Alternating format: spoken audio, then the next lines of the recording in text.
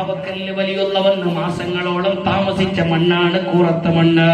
മഹാനായ വടകര വലിയുള്ളവന്ന് താമസിച്ച മണ്ണാണ് കൂറത്ത മണ്ണ്. മഹാനായ കുമ്പോല് തങ്ങളെ ബാപ്പ ഫദല് തങ്ങള് വന്ന് താമസിച്ച മണ്ണാണ് കൂറത്ത മണ്ണ്. അവിടുത്തെ ഉപ്പാപ്പയായ പൂക്കോയ തങ്ങള് പാപ്പങ്കോയ വന്ന് നേതൃത്വം നൽകിയ മണ്ണാണ് കൂറത്ത മണ്ണ്. മഹാനായ കുമ്പോൽ സാദാത്തിൽപ്പെട്ട ഒരാളെ പ്രസംഗമാണെന്ന് തോന്നുന്നു, ഞാൻ കേട്ടതാണ്, ഞാൻ പറയുന്നത് കണ്ടതല്ല, അറിഞ്ഞതല്ല.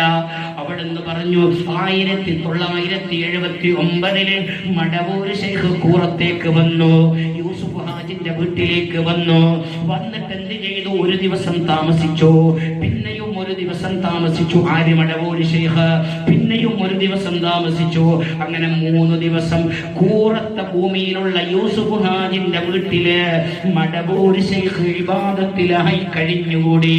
3-ാമത്തെ ദിവസം കഴിയുമ്പോ സിയം വരെയുള്ള ഒരു ഇറങ്ങിയിട്ട് അങ്ങോട്ടും ഇങ്ങോട്ടും ഒരു നോട്ടം നോക്കിയിട്ട് പറഞ്ഞു, ഈ നാടിന്റെ പേരെന്താണ്?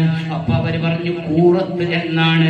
അപ്പോഴാണ് മടവൂർ ശൈഖ് യൂസുഫ് ഹാജിനെ നോക്കിയിട്ട് പറഞ്ഞത്, ഈ നാടിന്റെ പേരിൽ അറിയപ്പെട്ട ഒരാൾ ഇവിടെ വരാനുണ്ട്. ഈ നാടിന്റെ പേരിൽ അറിയപ്പെട്ട ഒരാൾ ഇവിടെ വരാനുണ്ട്.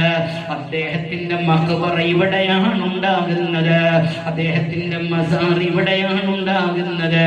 പിന്നെ ഈ മണ്ണിന് ശിഫയാണ്, ഇവിടുത്തെ വെള്ളത്തിന് ശിഫയാണ്. ഖുത്ബുൽ ആലം മുഹമ്മദ് അബീ ബക്കറിൽ മടവൂരി. മഹാനായ മടവൂര് ശൈഖ് പറഞ്ഞത് ഞാൻ പറഞ്ഞതല്ല.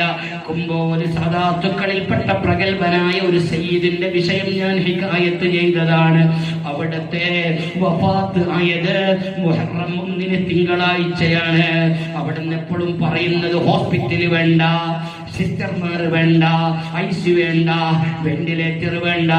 കൂറത്തെ തങ്ങള് വഫാത്തായ അന്നോ ഒരു ദിവസം മുമ്പോ ഹോസ്പിറ്റലിൽ പോയിട്ടില്ല, വെന്റിലേറ്ററിൽ ഇറങ്ങിയിട്ടില്ല, ഐസിയുവിൽ കയറിയിട്ടില്ല. ഒരു സിസ്റ്റർ വന്നിട്ട് കൈപിടിച്ചിട്ട് ഗ്ലൂക്കോസ്